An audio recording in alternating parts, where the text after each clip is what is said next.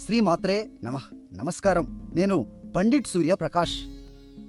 ధనుస్సు రాశి వారికి ఈరోజు 28 మార్చి 2026 శనివారం నాడు ఒక ముఖ్యమైన గ్రహ సంకేతం ఉంది.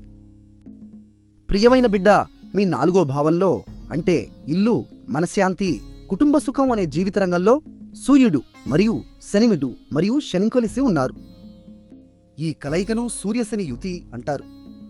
2 శక్తివంతమైన గ్రహాలు ఒకే రాశిలో కలవడం అన్నమాట. సూర్యుడు ఆత్మవిశ్వాసం, అధికారం ఇస్తే శని క్రమశిక్షణ, ఓర్పు నేర్పిస్తాడు. వీరిద్దరూ మీ గృహస్థానంలో కలవడం వల్ల ఇంట్లో కొంచెం ఒత్తిడి అనిపించవచ్చు. పెద్దవారితో అభిప్రాయ భేదాలు రావచ్చు. కానీ ఇందులో ఒక అందమైన విషయం ఉంది. ఈరోజు చైత్ర మాసం శుక్లపక్ష ఏకాదశి. ఏకాదశి అంటే ఆధ్యాత్మిక శక్తి పెరిగే పవిత్రమైన ఉపవాస దినం. ఈరోజు పుష్యమి నక్షత్రం అంటే పోషణ మరియు సంరక్షణ శక్తి ఉన్న నక్షత్రం నడుస్తోంది. ఈ రెండూ కలిసి మీకు ఆధ్యాత్మిక బలం ఇస్తాయి.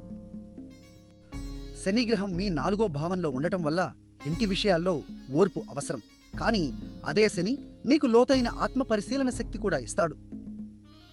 ఈరోజు మీరు చేయవలసింది ఏమిటంటే ఏకాదశి ఉపవాసం చేసి విష్ణు స్తోత్రం చదవండి.